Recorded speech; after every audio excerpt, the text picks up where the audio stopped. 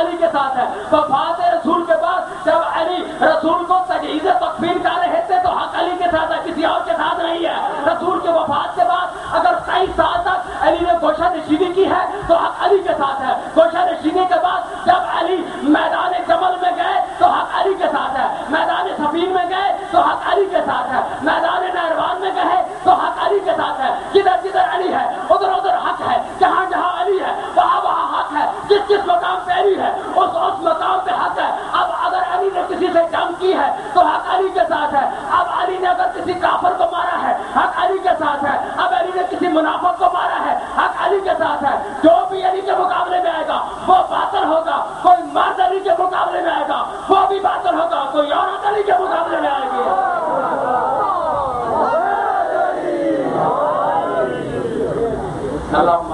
آگے جا کر اللہ نے کہا ہے بل جاءہم بذکرہم, ہم نے یہ جو رسول تمہارے پاس بھیجا ہے یہ ذکر بنا کر بھیجا ہے. یعنی ذکر سمجھانا چاہتا ہوں نا, بات سے واپس آ گئے ہیں. ہم نے یہ جو تمہارے پاس رسول بھیجا ہے یہ ذکر ہے.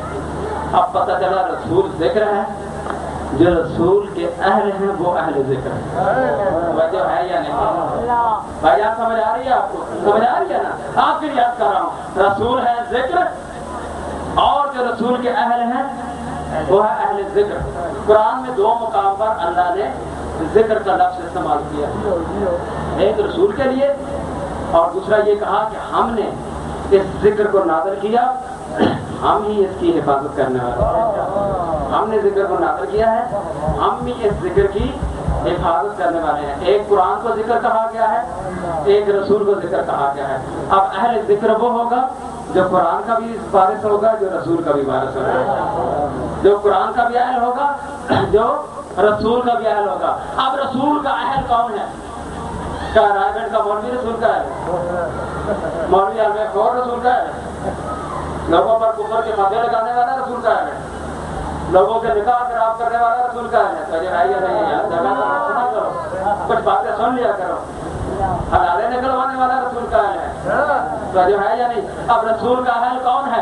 رسول کا اہل وہ ہے جس کے بارے میں رسول نے فرمایا تھا اللہم انا ہؤلاء اہل بیتی وخاصتی وحامتی لحمہم لحمی ودمہم دمی یعلمنی ما یعلمہم ویحضرنی ما یحضرہم انا حرم لمن حرمہم وسلم لمن سلمہم وعدو لمن عداہم ومحب لمن احبہم انہم منی وانا منہم فاجعل صلواتک وبرکاتک وغفرانک ورضوانک علی وعلیہم وعذہب عنہم الرجس وطہرہم تطہیرا.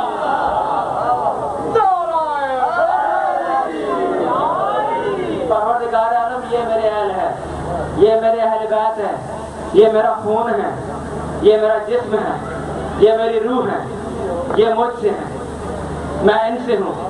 جو ان کا دوست ہے وہ میرا دوست ہے, جو ان کا دشمن ہے وہ میرا دشمن ہے, جو ان کے قریب ہے وہ میرے قریب ہے, تو جو ہے جو ان کے قریب ہے وہ میرے قریب ہے, چاہے وہ دور ہی کیوں نہ ہو پھر بھی میرے قریب ہے. جو ان سے دور ہے چاہے وہ میرے قریب ہی کیوں نہ ہو مجھ سے دور ہے.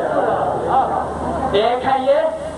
آپ ذرا فیصلہ کرنا ہے نا, پیر مقصود شاہ صاحب کو میں نے اس طرح جب سے وہ وعدہ کر دیا تھا کہ شاہ صاحب میرے سامنے کو جب دلواؤں گا, پھر ابھی جب والی منزل آ گئی ہے.